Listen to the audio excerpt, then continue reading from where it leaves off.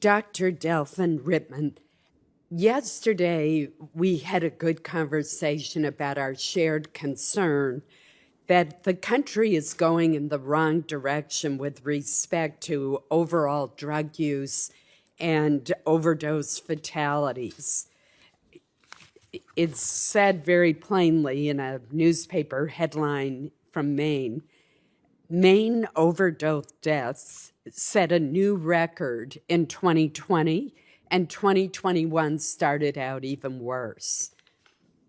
Maine saw a 32% increase in overdose deaths in 2020, and actually more people died from overdose deaths than died from COVID.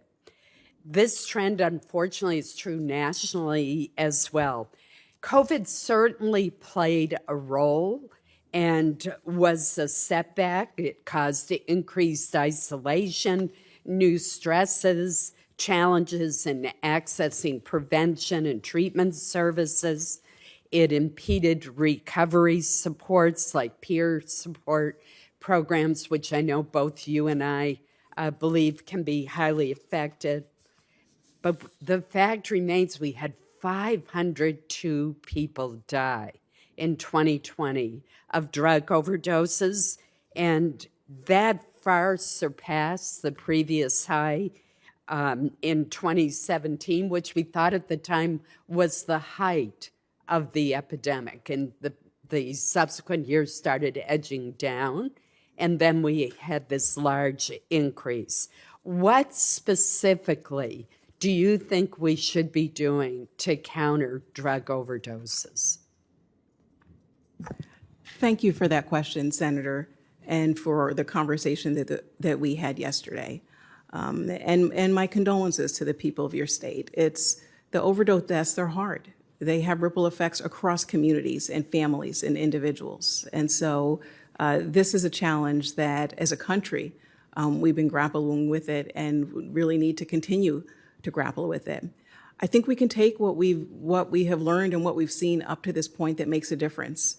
When we look at data across the country, we see that fentanyl is one thing that is driving many of the overdose deaths. We know now that federal resources can be used to test substances for fentanyl. That could make a significant difference. If individuals are aware that there is fentanyl in the substances, that could help to bring overdose deaths down. It's a harm reduction strategy. And so in addition to giving people fentanyl test strips, there's an opportunity to let them know about services and supports.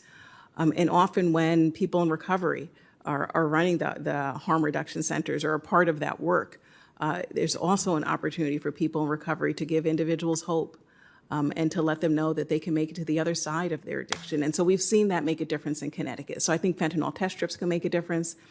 As we've talked, I think recovery coaches in emergency departments can make it a difference.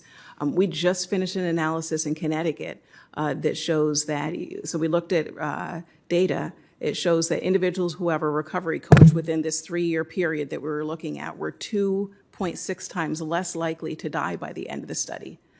So recovery coaches can help connect people to services and supports, and that's what we found in this study. It was an invited evaluation that SAMHSA asked us to do based on this initiative. We now currently have recovery coaches in 25 emergency departments across the state. We also know medication-assisted treatment makes a difference. It is one strategy that is an evidence-based practice that can help people move into long-term recovery. One thing that we've implemented in Connecticut is mobile medication-assisted treatment. People aren't always going to come into services and supports, but we can bring services and supports to community members, particularly if we use data and take a data approach to have the mobile medication-assisted treatment vans go to where hotspots are and go to where we know vulnerable populations are. So I think there are things we can do looking at what we've done up to this point that makes a difference. And should I be confirmed, would be happy to have conversations with you about this and about what you're seeing in Maine. So thank you. Thank you.